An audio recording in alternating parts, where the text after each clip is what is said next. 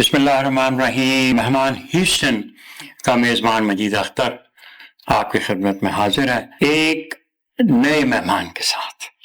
ابھی جو ہے ہم سب ایوارڈ کے خمار میں مبتلا ہیں.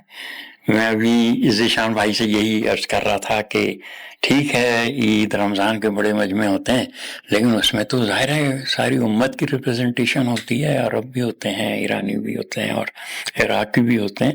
یہ واحد اتنا بڑا پروگرام ہوا جس میں سب پاکستانی لوگ تھے، اور جو حب الوطنی کا جو سرشاری تھی، جو خوشی تھی، وہ قابل دید تھی. تو ہماری کوشش تھی کہ اس پروگرام میں شریک ہونے والے لوگوں میں سے کسی کے بھی ساتھ یا کم از کم کچھ ممتاز لوگوں کے ساتھ گفتگو کی جائے. اور ہماری بڑی خوش نصیبی ہے کہ وہ ٹیم اور وہ ڈرامہ جس نے سب سے زیادہ ایوارڈ لیے، یہ تھا ہم ٹی وی ایوارڈ سیلیبریشن، جو یہاں ہیوسٹن میں ہوا NRG اسٹیڈیم میں، جس کے 8 سے 10,000 بندوں کی کیپیسٹی ہے. اور یہ جیم پیک تھا، کم از کم 8 سے 9,000 لوگ تھے. تو اس ڈرامے زرد پتوں کا بن نے 6 ایوارڈ لیے اس تقریب میں. اور اس کی روح رواں جو ہیں اور ان کی شخصیت کی بہت سی جہات ہیں، جس پر اس مختصر سے وقت میں انشاءاللہ کوشش کریں گے کہ گفتگو کی جائے. اور میں ان کا تعارف آپ سے کروا دوں. یہ ہیں ہماری روشان ظفر صاحب. بہت خوش آمدید آپ کو. اچھا، اس میں پہلے تو زرد پنتوں کا بن اور آپ کس طرح سے ٹی وی ڈراموں سے کیا آپ کا تعلق رہا، اور ذرا سا اس پر روشنی ڈالیے گا، پھر ہم آگے بڑھتے ہیں. جی ضرور. میرا کام جو ہے وہ خواتین کے ساتھ ہے پاکستان میں، اور میں نے ایک ادارہ شروع کیا جس میں ہم خواتین کو اکنامکلی یعنی کہ اقتصادی طور پر امپاور کرنے کا کام کرتے ہیں. فائنینشیل سروسز دیتے ہیں ان کو گرامین بینک کی طرز پر. تو جب یہ کام شروع کیا تو اندازہ یہ ہوا کہ ایک خاتون جو ہے جب تک اس کو آپ سوشلی طور پہ بھی انگیج نہیں کریں گے اور کمیونٹیز کو نہیں انگیج کریں گے تو تبدیلی نہیں آئے گی. ذہنیت بدلنے کا جو کام ہے وہ بہت ہی ایک کٹھن مرحلوں کے تھرو آپ کو لے کے جاتا ہے. تو ہم نے جب خواتین کو کاروبار سکھانا، ان کو سرمایہ دینا، یہ سارا کام شروع کیا، تو ان کی جو فیصلہ سازی کرنے کی کیپیسٹی تھی یا ان کی کہہ لیں پیسے کے استعمال کرنا اور اس میں سے آمدنی بڑھانا، یہ جب پورے کام ہم نے دیکھا تو اس میں ضروری تھا کہ ہم سوشل چینج بھی لے کر آئیں، جیسے میں نے آپ کو بتایا. تو اس وقت ہم نے بہت پہلے جو تھا تھیٹر کا استعمال کیا تاکہ ذہنیت، بھاشن تو آپ دے سکتے ہیں لیکن کوئی آپ کی بات نہیں سنے گا، بور ہو جائے گا. میڈیا تو وہی اپنا نام ہے جو کامیاب ہو. جی، تو جب تک آپ لوگوں کو کہانیاں نہیں سنائیں گے یا ان کو ایسی کوئی ریلیٹیبل چیز نہیں بتائیں گے تو وہ کبھی بھی سوچنے پہ مجبور نہیں ہوں گے. تو ہم نے سوشل تھیٹر کا استعمال جو تھا، کمیونٹیز میں جا کر ہم چھوٹی چھوٹی سکٹس کرتے تھے. بچی کی کم عمر کی شادی ہو گئی، کیونکہ آپ کو پتا ہے اس وقت پاکستان میں 30% بچیاں جو ہیں وہ 18 سال کی عمر سے پہلے بیائی جاتی ہیں. اور پھر آپ سوچیں کہ اس کا آبادی پہ کیا اثر ہوتا ہے، اس کے ساتھ ساتھ اس کی ذہن پہ کیا، یعنی بچوں کی شادیاں سوچیں، بچیاں خود جی، اور سال بھر میں خود اپنا بچہ پال رہی ہیں اور تعلیم سے بھی پھر جو ہے وہ ان کو محروم ہو رہی ہیں. تو اس کو سامنے رکھتے ہوئے جیسے جیسے ہم یہ کر رہے تھے، تو آپ کو پتہ ہے کوئی 20 سال ہم سے پہلے ہمارا میڈیا چینل جو ہے وہ بڑھنا شروع ہوئے، ڈراماز پاکستان میں بننا شروع ہوئے. تو میں نے ایک کانفرنس اٹینڈ کی جس کے اندر انہوں نے ایک کیس اسٹڈی سنائی کہ کس طرح میکسیکو میں انہوں نے ڈراما سیریلز کو استعمال کیا لوگوں کے ذہن بدلنے میں، اور کس طرح وائلنس اگینسٹ، ایک ٹاپک جو تھا خواتین پہ جو تشدد ہوتا ہے، اس کے حوالے سے انہوں نے بہت سا کام کیا مگر ڈراما سیریلز کے ذریعے. تو یہ بات میرے ذہن میں کھٹکی. تو میں واپس پاکستان گئی اور ہماری فیملی تعلقات ہیں منیزہ ہاشمی صاحبہ سے. فیض احمد فیض صاحب کے زمانے سے وہ میرے نانا اور نانی کے بہت دوست ہوتے. تو میں ان کے پاس گئی کیونکہ وہ تو میڈیا کی ایک پرسنالٹی ہیں، جانی پہچانی جاتی ہیں. اور وہ ان کو میں نے جا کے اپروچ کیا اور پوچھا کہ آپ مجھے بتائیں کہ میں یہ سوچ کر آئی ہوں کہ ہم بھی ایسا کچھ کرنا چاہیے کہ ایک طرف تو ہم کانٹینٹ بنائیں جو آڈینسز دیکھیں، لیکن اس کے اندر ہم کاز کو کیسے ڈال سکتے ہیں، کوئی بھی کاز. تو یہ تو بہت ڈفرنٹ کانسیپٹ ہوا، because you are coming from a totally different angle. Absolutely. Not entertainment. You're showing it as an entertainment. People are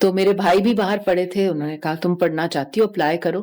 تو میں پھر امریکہ میں پڑھی, اور میں نے undergrad university of Pennsylvania سے کیا اور واٹن اسکول میں پڑھی, اور وہاں پہ اکنامکس اور فائنانس پڑھا. لیکن مجھے یہ اندازہ ہوا کہ میں نے وال اسٹریٹ پہ میں جب کام کر رہی تھی, جب میں پڑھ رہی تھی, تو میں نے انٹرویو دیے, کیونکہ آپ بزنس اسکول میں ہوتے ہیں تو آپ وال اسٹریٹ کا سوچتے ہیں کہ بھئی یہی ایک آلٹرنیٹیو ہے.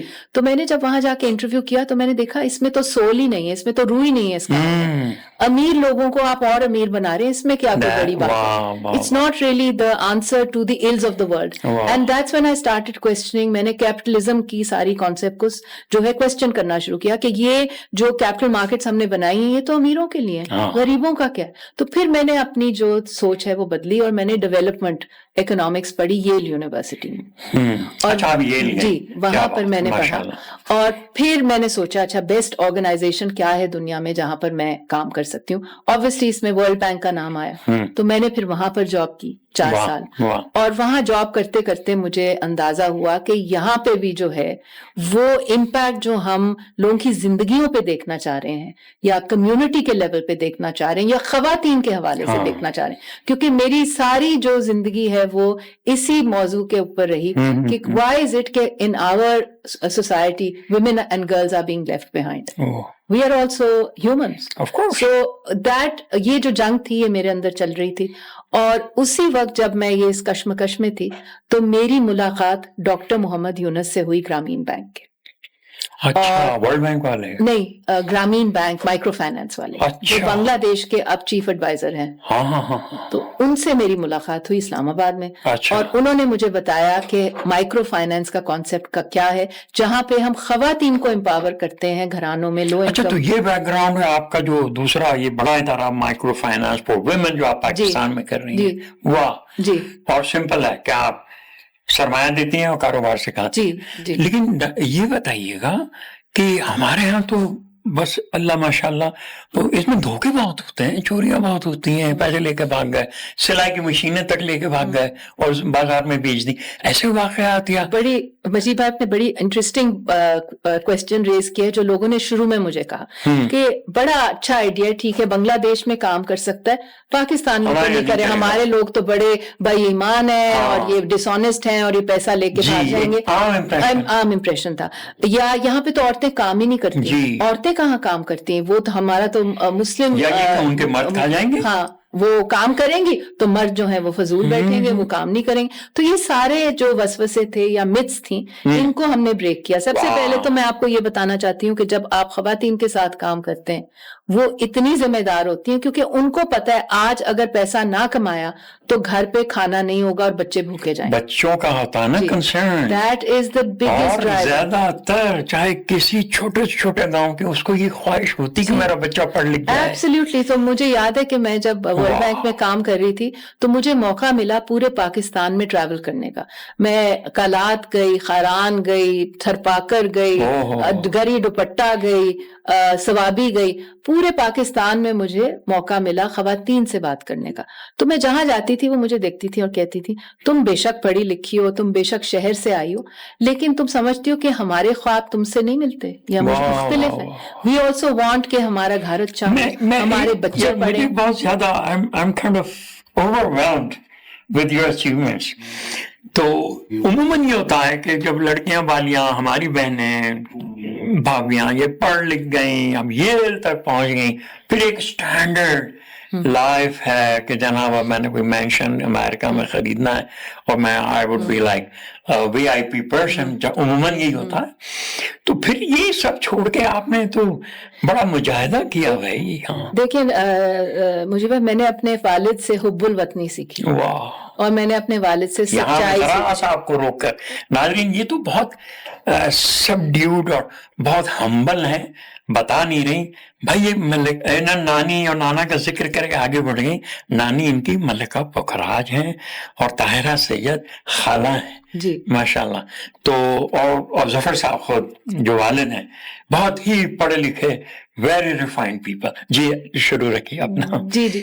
سو میں آپ کو بتا رہی تھی کہ وہ جب میں نے خواتین سے بات کی تو مجھے اندازہ ہوا کہ بہت ضروری ہے کہ ان کی ایسپریشنز جب انہوں نے کہا کہ ہماری ہیں, تو آپ جب خواتین کے ساتھ کام کرتے ہیں تو آپ نے سوال پوچھا کہ کیا میں آپ کو بتا سکتی ہوں کہ ہم نے 9 ملین 90 لاکھ خواتین تک سرمایہ پہنچایا ہے پاکستان میں ان دا پاسٹ 30 ایئرس، اور 99.9% جو ہے 99.9% ہمارا سرمایہ واپس آیا آن ٹائم.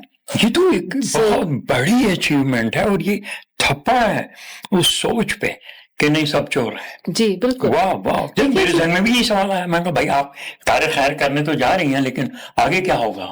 اس میں مجھے یاد آئی ایک کہانی کہ ہمارے ادارے کا نام کشف فاؤنڈیشن ہے، یعنی کہ کاف شین فے کشف. جی واہ واہ. یہ کیش سے نہیں ریلیٹڈ. اکثر مجھے لوگ کہتے ہیں کیش، میں نے کہا کیش فاؤنڈیشن. تو یہ میں جب سوچ رہی تھی اس کے بعد، جب میں نے آپ کو پوری کہانی نہیں بتائی، لیکن میں بنگلہ دیش گئی سیکھنے کے لیے مائکرو فائنانس. ڈاکٹر یونس سے جب میری ملاقات ہوئی اس کے چند سال کے بعد میں نے اپنی جاب چھوڑی اور ان کو خط لکھا کہ جی میں تو اب بے روزگار ہوں، کیا کروں. تو ان کا کوئی جواب نہیں آیا، اور میں نے سوچا وہ میں تو ایک دفعہ ان کو ملی، ان کو کہاں یاد رہوں گی میں. تو انہوں نے مجھے جواباً ایک ٹکٹ بھیجا راؤنڈ ٹرپ ٹو ڈھاکہ، اور پھر میں ڈھاکہ پہنچ گئی. یہ تقسیم سے پہلے کی بات نہیں، یہ تو ہو چکا بات ہے. جی بنگلہ دیش، یہ 94 کی بات ہے. تو پھر میں وہاں گئی اور پھر میں نے ان سے مائکرو فائنانس سیکھا اور ٹائم جو ہے وہاں گزارا، اور پھر آ کر میں نے واپس پاکستان میں کشف کو شروع کیا. تو جب میں وہاں بنگلہ دیش میں تھی تو میں کشف الماجوب پڑھ رہی تھی. تو اس میں پہلی جو آپ کہہ لیں اوپننگ جو ہے اس کی، کہ ہر ارادہ نیت سے شروع. سبحان اللہ. تو یہ دیکھیں جب عورتیں نیت کر لیتی ہیں یا ٹھان لیتی ہیں کہ انہوں نے یہ کام بھی کرنا ہے اور بچوں کی زندگیاں بھی بدلنی ہیں، پھر کوئی طاقت ان کو روک نہیں سکتی. اور یہی کشف کا موضوع ہے. پیش کرتے ہیں ہمارے ادارے کی طرف سے اور ہیوسٹن کی جانب سے، پورے امریکہ کے پاکستانیوں کی جانب سے، کہ یہ ایک بہت بڑا ٹاسک ہے جو آپ لوگ کر رہے ہیں ماشاءاللہ بہت، اور اس میں خاص طور پر آپ لیڈ کر رہی ہیں. میں واپس آئی، پھر میں نے اس کو شروع کیا تو اس کی کئی کڑیاں نکلی. فائنانس تو اس کا مین ایسپیکٹ تھا کہ جی آپ خواتین کو جو ہیں قرضے بھی دیں، بچت کی سہولیات بھی دیں، انشورنس بھی دیں، تاکہ وہ اپنے جو بھی آفتیں آگے آتی ہیں یا کنٹینجنسی جو ہیں ان کو مینج کر سکیں. اور پھر ہم نے ٹریننگز کا بھی سلسلہ شروع کیا. لیکن اب ریسنٹلی ہم نے ایک کام جو شروع کیا ہے وہ صحت پر ہے. جیسے زر پتوں کا بند بھی موضوع جو تھا وہ عورتوں کی تولیدی صحت یعنی کہ ریپروڈکٹیو ہیلتھ کے بارے میں تھا، اور یہ بہت ضروری ہو گیا کیونکہ آپ کو اس میں اموات ہو جاتی ہیں. ہاں جی، اموات بالکل one of the highest maternal mortality rates. اور آپ سوچیں سوڈان اور افغانستان سے ہمیں کمپیئر کیا جاتا ہے، اور اس کے پیچھے بھی سوچ کی کا فقدان ہے. کیونکہ ہم نے جب لوگوں کو جا کے انٹرویو کیا کمیونٹیز میں، جب ہم یہ ٹریننگز ڈیزائن کر رہے تھے اور ہیلتھ کلینکس کھول رہے تھے، تو مرد کہتے تھے میری بیوی کو ضرورت نہیں ہے کلینک جانے. تو ہمیں اس سوچ کو بھی بدلنے کو، سوچ کا یہ جو ہے جہالت جسے کہیے کہ جس قدر ہے ہمارے یہاں، اس کو فائٹ کرنا یہ ایک الگ پورا جہاد ہے بھائی. سو پھر ہم نے کہا ٹھیک ہے، آپ اپنی وائف کو اگر آپ ڈاکٹر کے پاس نہیں لے جانا چاہتے تو ہمارے جو پیرامیڈکس ہیں وہ خواتین ہیں، اور ہمارے ڈاکٹرز جو آن لائن ہیں وہ بھی خواتین ہیں. پھر آہستہ آہستہ انہوں نے اس کو ایکسپٹ کیا، اور اب ہم نے کوئی 20 کلینکس کھولی ہیں. میں سیلوٹ ٹو یو، آپ کو سلام. کیونکہ یہ اچھا میں اب یہ دیکھ رہا ہوں کہ آپ کی زندگی میں کافی موڑ ہے. ایک تو میں نے بتایا کہ جب میں ییل سے پڑھ چکی تو اب تو میرا کام یہ ہے کہ میں عالی شان محل لے کے رہوں اور ٹھاٹ کی زندگی گزاروں.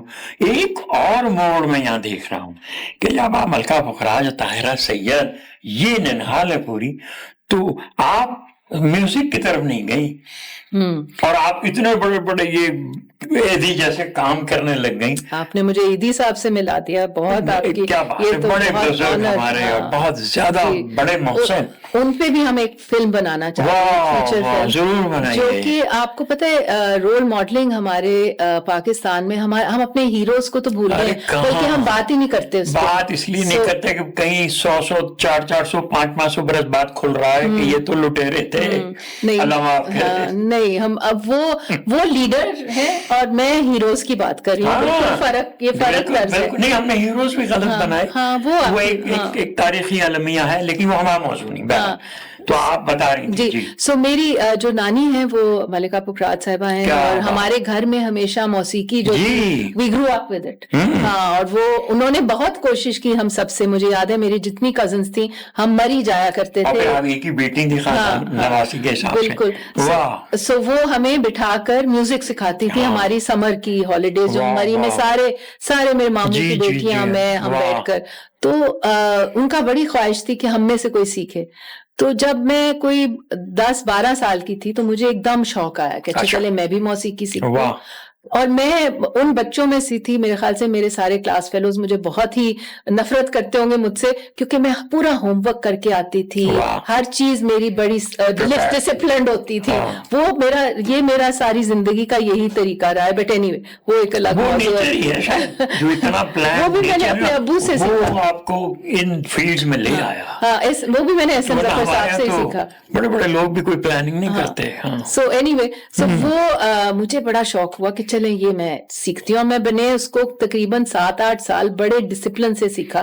صبح ہم ریاض, بیکاز میری نانی کہتی تھی سب سے ملائم آپ کی جو گلا ہوتا ہے نا وہ صبح ہوتا ہے. تو اسکول جانے سے پہلے میں ریاض ان کے ساتھ کرتی تھی, پھر میں شام کو آ کے کرتی تھی. تو اسی میں جب بفور آئی واز اباؤٹ 16 میں نے او لیولز کیا ہوا تھا, تو میری نانی نے کہا کہ یہ ایک عید کا پروگرام ہے جس پہ مجھے تم نے ریکارڈ کرنا ہے. میں نے کہا میں نے تو مما, ہم ان کو مما کہتے تھے, میں نے کہا میں نے تو نہیں یہ کرنا, میں تو آئی ایم ناٹ انٹرسٹڈ, میں تو میوزک کے تحت تک سیکھنا چاہتی ہوں آپ سے, تو آپ کا ذخیرہ ہے وہ آپ مجھے بات. تو نے کہا نہیں, اگر میوزک سیکھنی ہے تو پرفارمنس کے بغیر نہیں ہو سکتا. اچھا.